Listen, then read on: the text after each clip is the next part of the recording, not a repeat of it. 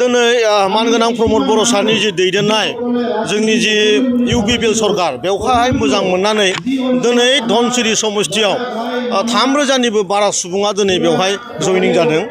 आरो मोनसे थासारिखौ बेवहाय फोरमान होदों 6,000निबो बारा सुबुङा बेवहाय माने ज' जानानै मोनसे समायना रमायना मोनसे परिबेस होदों आरो फैगौ जे लकसभा इलेक्सन बेवहाय जोंनि जि पार्टी थागोन उदालगुरियाव बेयो एकदमबारे क्लिन सिट देरहागोन बिनि सिगनेलखौ दिनै बेयाव मोननो हादों।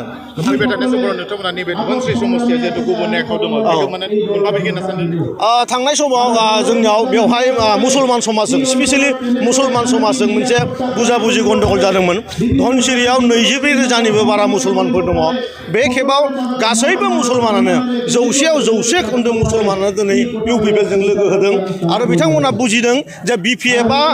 मुसलमान समाजखौ थांनाय 17 बोसोर बिसोरनि खुंथाय समाव माबोरै थगायनाय गादबनानै दोननाय बोरै फेसेवनाय बे खोथाखौ मुसलमानफोरनि साननो गोरों जि सुबुंफोर दङ बिथांमोना दिनै रोखा रोखा बुजिदों आरो बेनिखायनो माने दैबानाफोर बायदि बिथांमोनहा दिनै इउपिपिएल दिल्लीयाव ज' फैदों आरोखि। मैया बिटिआर सरकारा जितु मुंख्लंफोरनो अनसुंथाइ होबाय बेखौ लानानै माखासे माने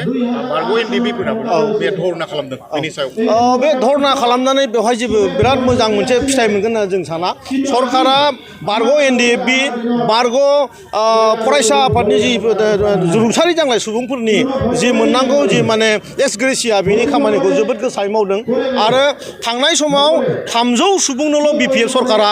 एक्स ग्रेसिया होनो हादोंमोन। दिनै जोङो 1,000निबो बारा सुबुंनो होबाय आरो बावैनो एप्रिल दाननि आगोलावनो आरो 600निबो बारा सुबुङा आरोबाव माने थार्ड फेजनि थाखाय एक्स ग्रेसियानि फैसाखौ मोनथांगासिनो दङ। बेवहाय किसुमान एनडिएफबिनि सुबुंफ्रा गोबां समाव मा जादों जि पुलिस भेरिफिकेसन बेवहाय जिहेतु सोरबा हाजोआव थैखुमाबाय सोरबाया पस्टमार्टम जायाखै सोरबाया माने गोबां माने पुलिसनि भेरिफिकेसनाव जेंना थानांलाय बेखिनि खामानिखौ सुस्रांनायाव एसे माने समय लायो खारन पुलिस बिभागा गावनि बिभागनि बायदियै सुखियायै बे भेरिफिकेसन खालामो। आङो एक्स एनडिएफफोरखौ खावलायगोन जेबो टेनसन जानांगौ गैया जेबो हाथासा जानांगौ गैया सिस्टेमाव खारगासिनो दङ आरो सिस्टेमजोंनो नोंथांमोना बे फैसाखौ मोनदांगासिनो दङ। जितु धरनानि गेजेरजों जे दुलाराय फरायसा आफादा दिनै बेयाव गावसोरनि जि जारिमिन सोरजिनो थांदों बे नंखाय मिसा होननानै बिथांमोना साफा सानै सुबुङा एक्साइटेड जानानै बहुत खोथा बुङो बेनि सायाव जों बुंनांगौ गैया खारन दुलाराय माने पुरा